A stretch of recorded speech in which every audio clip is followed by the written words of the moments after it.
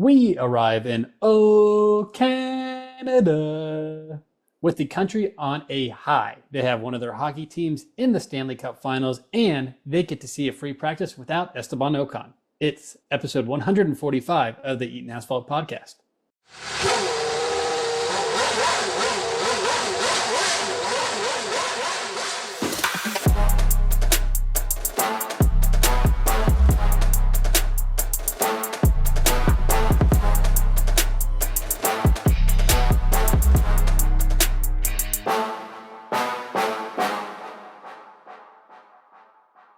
All right, Ian, we had our week off. We had two back-to-backs for a little bit, but we come back to North America to join the Canadian Grand Prix.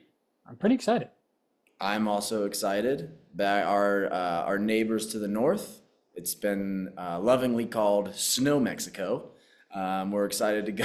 We're excited to go race there. I do think this is going to be a good one. There have been some real crackers. Every now and then, I like to go through the like wherever we're racing. I just type into YouTube like Formula One, and then that country. Yep. There's been some really cool stuff happening. Like the longest race ever recorded, just because of like rain delays and stuff. That was in Canada. Obviously, we got some history that we'll talk about during the Grand Preview. But yeah, this is a nice one, close to home. Yeah, excited. Good track that Ian will obviously cover and talking about our sectors for this episode of the podcast.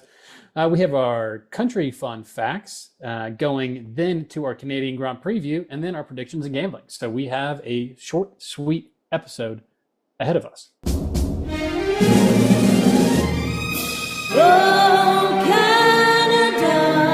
All right, moving into our country fun facts. Ian, do you want to keep the good streak going? I think you have 2 weeks in a row that I am not getting any of these right. Yeah. All right. So let's see if I can go for a third one. Third time's the charm here. Okay. Country fun facts, 2 truths and a lie. First off, Canadians are drinkers. A playful initiation ceremony for newcomers to Newfoundland is called the Newfoundland Screech-In, which involves kissing a codfish open mouth and downing a shot of local rum. Wow. Okay. Interesting. Number 2, Canadian geese are the most promiscuous animal in the avian kingdom. They'll mate with a minimum of 5 partners in a given season. Oftentimes, the dominant alpha male can have up to 40 mating partners in a single 3-period month for mating season. They call that the Marco bird. Am I right? Oh, yeah, that's funny. And then Saskatchewan is the capital of roadside attractions. They have a bizarre array of roadside attractions, such as the world's largest pierogi, the world's largest oil can, the world's largest honeybee, and the world's tallest Ukrainian lady. Okay. I'm going to go the lie is number 2. Nailed it, dude. You're a smart guy. When did you get Let's go! smart? Freaking into that streak, dude. I was tired of it.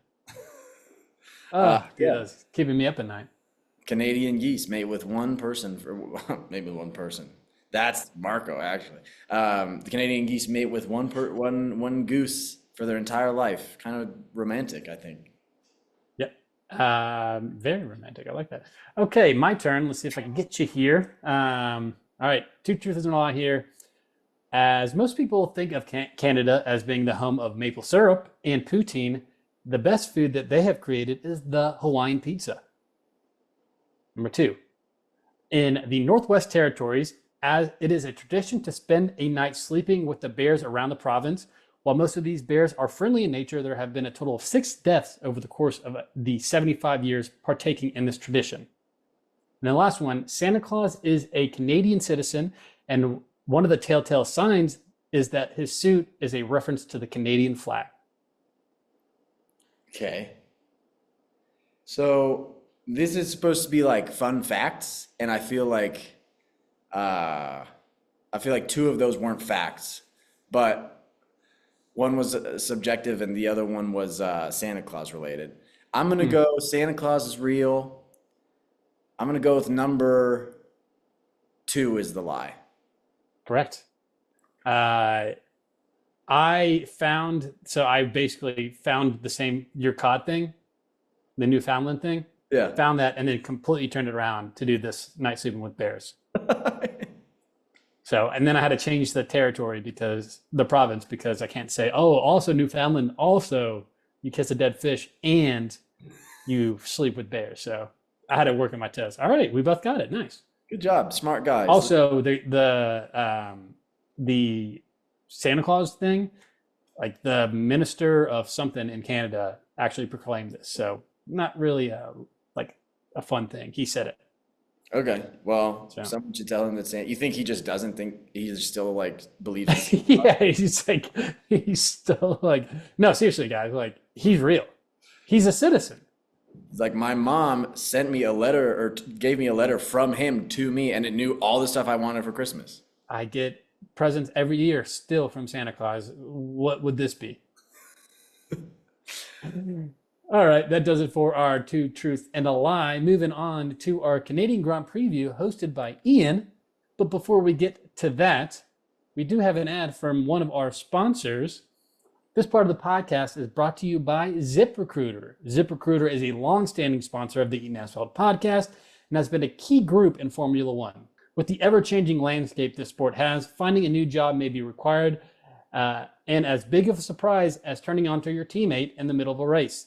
ZipRecruiter has helped a fan favorite, Gunther Steiner, find a role in broadcasting, using his happy-go-lucky charisma to a role that is perfect for him. Now, ZipRecruiter is facing one of its hardest challenges yet, finding a job for that weasel himself, Esteban Ocon. Recent and surprising news came that Esteban will not be returning to the 9th place Alpine, who also recently let go of their operations director, Rob White, along with dozens of other former employees this year. This is basically like working for a restaurant with a D- food rating. It doesn't have a working grill, and every single toilet in the place has a glory hole that is constantly being filled. Them firing you because they think they could do a lot better. On top of that, his employee references from former coworkers like Fernando Alonso, Sergio Perez, and current coworker Pierre Gasly note him as quote unquote someone who keeps smelling your seat after you stand up and walk away. We've been working around the clock to find potential roles that fit his traits, and so far we've come up with a professional flat Stanley outline guy due to his long, skinny, creepy stature. Any additional suggestions would be greatly appreciated for us because we are struggling to find a good role for Esteban. ZipRecruiter. We can find jobs for even the worst of people. Thank you, ZipRecruiter.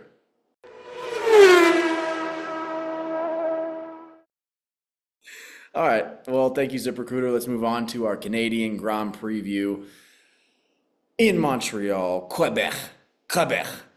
Canada has a pretty rich history in Formula One. They've been racing there for a long time. They used to race in Ontario, and now we race in Montreal, Quebec.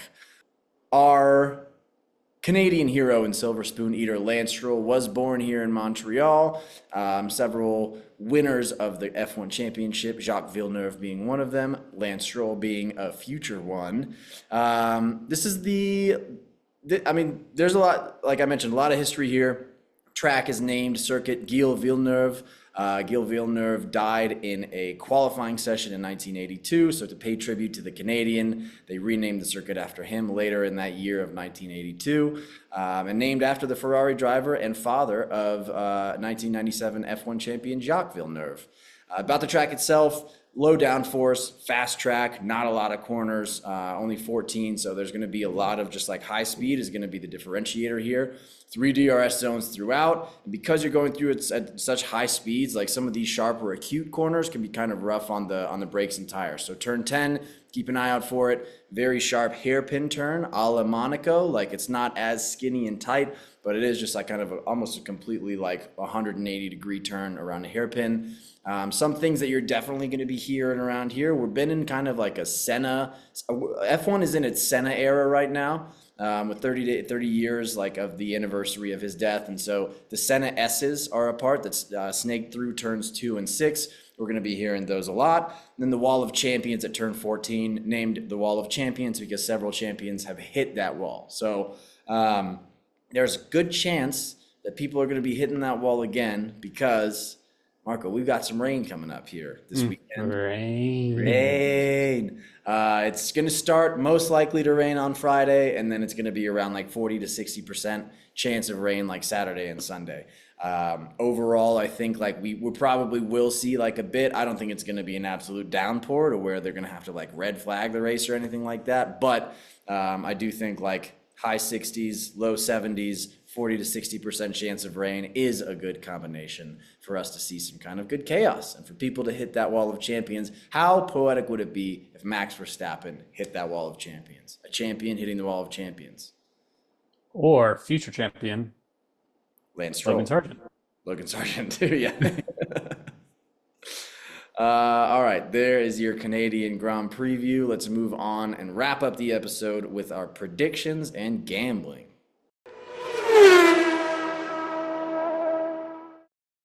All right, let's get into our race predictions to keep everyone posted. We have a cracker of a final score here, 4-5 ends up.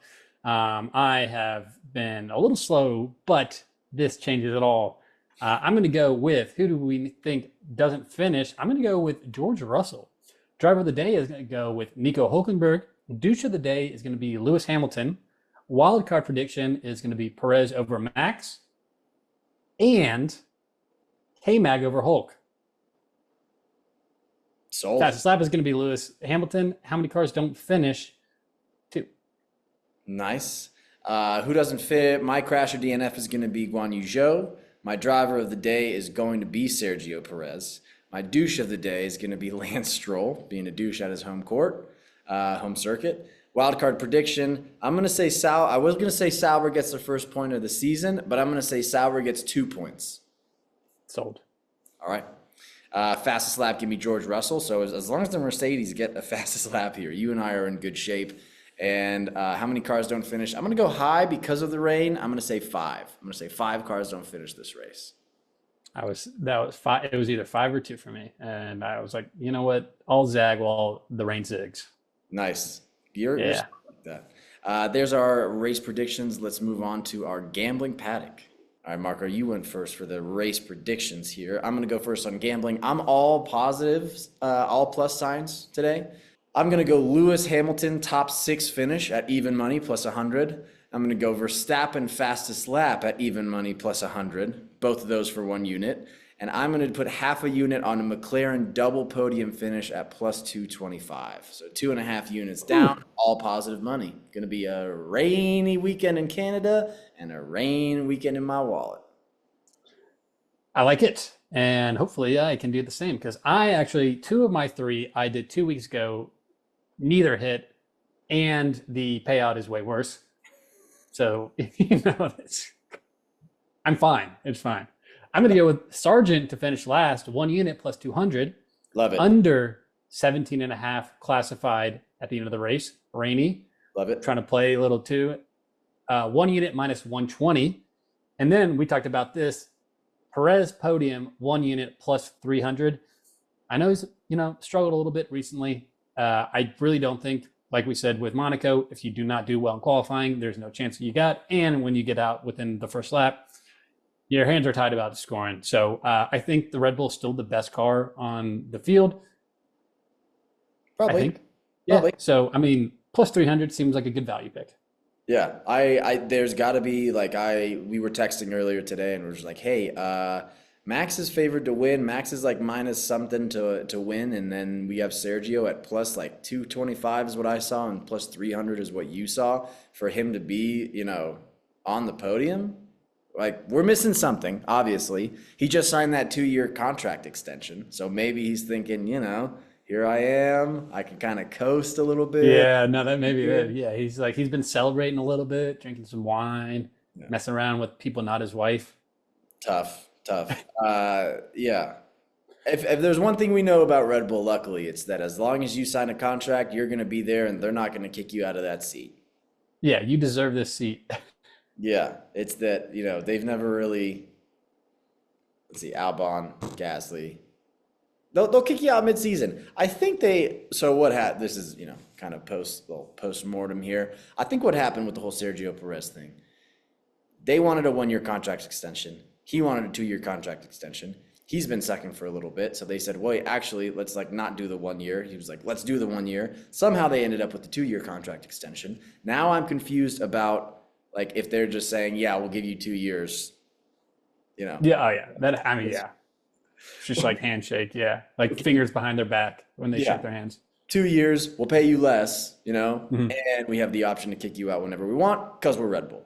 Yeah. I also saw that the reason that Sergio still, and this has been kind of what he's known for, Stroll, other drivers that have a lot of financial backing, is that Red Bull is a little strapped for cash and that his sponsorship actually covers the price of Max Verstappen.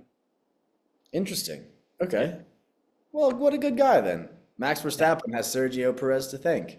Yeah. Perez basically like pays for him. Like he's like, I'm your boss. Yeah. Let me win. Fuck. All right. Well, good end to gambling there. Appreciate everybody for listening. Let's see you on the other side of a great Canadian Grand Prix. There's going to be chaos, there's going to be rain, and there's going to be some unexpected things going on after zero expectations changing after Monaco.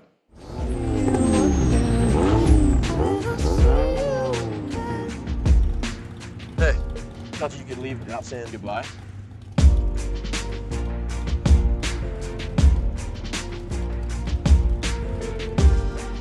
I used to say I lived my life a quarter mile at a time.